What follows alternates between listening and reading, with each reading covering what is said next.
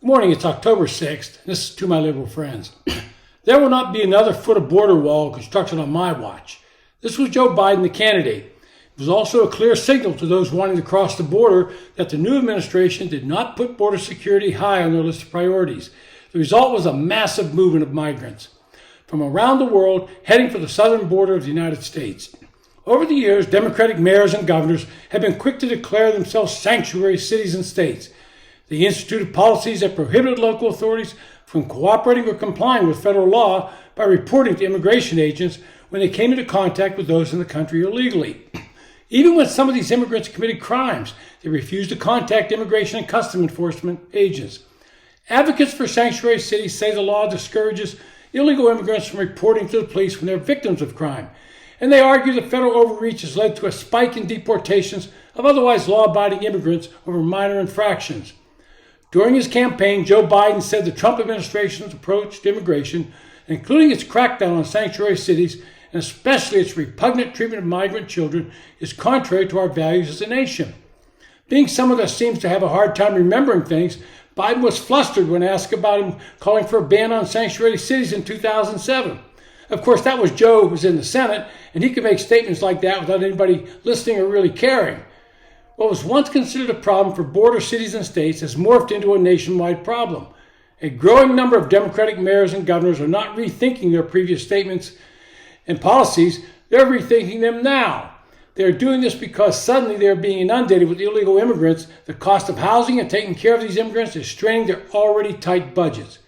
Major cities, including New York, Los Angeles, Chicago, Philadelphia, Washington, D.C., and even Denver have reported a spike in the migrant population after Texas Governor Greg Abbott, a Republican, began busing asylum seekers to so-called sanctuary cities.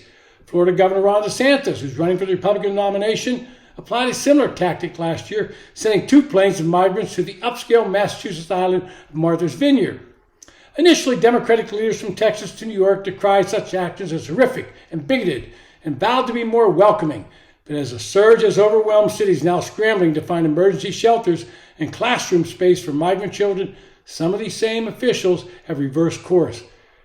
We are on the most diverse places on the earth because of our welcoming nature, and it's our DNA to welcome migrants, Governor Hochul from New York said, but there has to be some limits in place. Frustrations over a deepening crisis isn't only coming from New York leadership.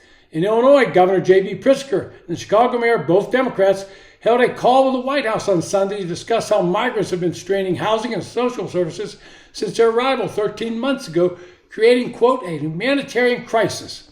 Pritzker, in a letter Monday to President Joe Biden, wrote that, quote, the federal government's lack of intervention and coordination at the border has created an untenable situation for Illinois, end quote. And that's where they're going to hold the 2024 Democratic National Convention. In Arizona, Governor Katie Hobbs obviously came out of her shell, and she's a Democrat, has said her state's border communities are also, quote, struggling with more migrants and little help from the federal government.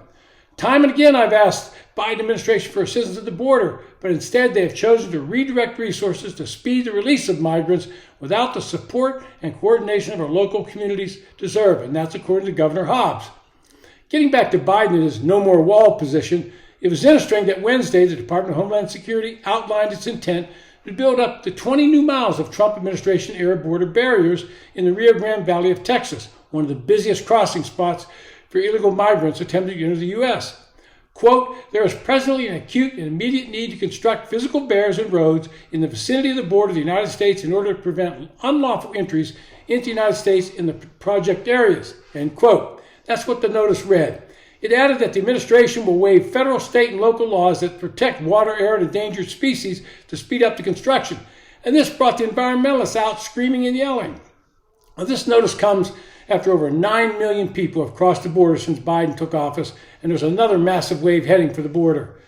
Biden tries to explain this away by saying he tried to repurpose funds but had no recourse. Of course he had recourse. He simply could have let the funds expire and not build a single foot of wall. But reality is starting to set in at the White House, and just saying they have the border under control, thank you, Karine Jean-Pierre, is not selling as the public can see for themselves on TV the wave after wave of people crossing the border. They can see, if they're in any major urban area being impacted, immigrants living in hotels on the taxpayer dime and in other shelters being commandeered to house them.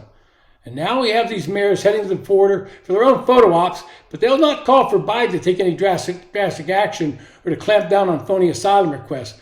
Governor Hochul actually hinted at this and was widely rebuked by the left, so she immediately backtracked. Republicans would gladly reform asylum laws, but Democrats know they can't do this, so they lay blame on someone else.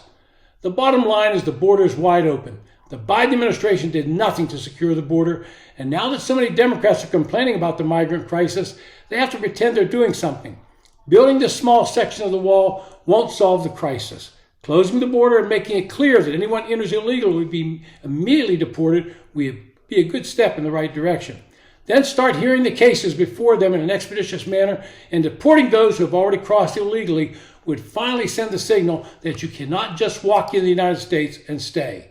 This has been To My Liberal Friends. Thanks for listening. If you have a comment, leave it. If you enjoy the podcast, hit the subscribe button.